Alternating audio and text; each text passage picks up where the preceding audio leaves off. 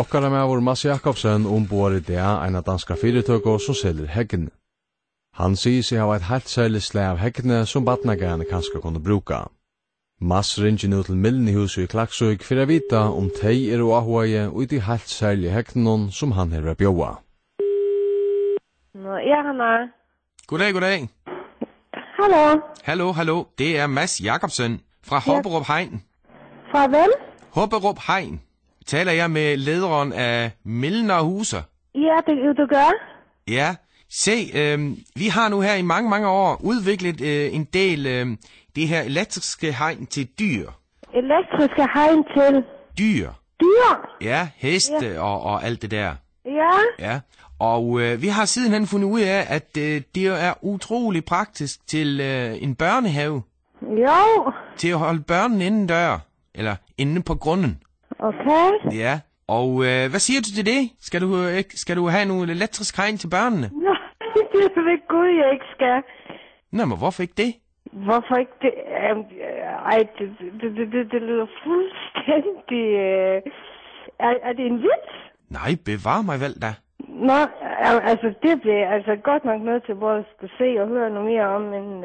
Jamen, det er helt i orden. Hvis du bare lige givet høre på alt det, jeg har. Altså, elektrisk hegn, det er en ting. Jeg har en del andre ting, som jeg også har udviklet, som har vist sig til at være utrolig gode og praktiske til anvendelse af opdragelse af børn.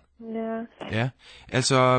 det bliver så nemlig inde i et missionshus, nemlig. Nå, gør du det? Men ved du hvad? Jeg skal snakke færdigt på 2 minutter, ikke? Ja. 1 minut. Se, de her elektriske hegn, de kan også fås i forskellige højde. Og så alt efter, hvor højt de her unger prøver på at komme op i hegnet, ikke også? Så bliver strømmen stærkere og stærkere. Og til sidst, jamen, så går det ned igen, fordi de bliver for stærk strøm til, at de vil springe over. Ja. Ja, og hvad synes du om det? Jamen, jeg bryder mig ikke om det. Jamen, hvorfor ikke det? De holder børnene indenfor. Jamen, altså, jeg har ikke nogen problemer med at holde dem indenfor. Jamen, hvad bruger du så i stedet for?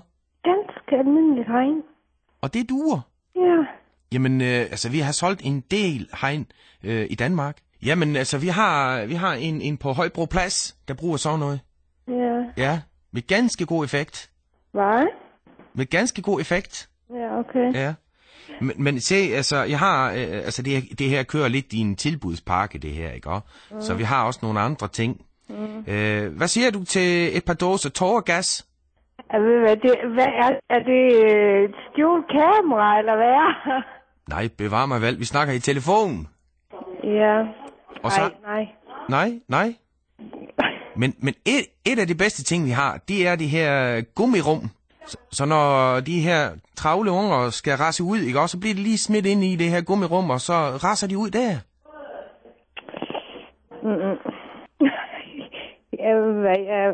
Jeg føler mig lidt trængt på en krog nu. Nej, ved du hvad, det skal du overhovedet ikke gøre. Du skal bare stille dig midt ude på gulvet. Ja. Ej, men jeg synes, du skal sende mig en mail angående alt det her. Jamen, så gør jeg det her. Okay, så? Her er det Jakobsen, udvask for jer. Barometre.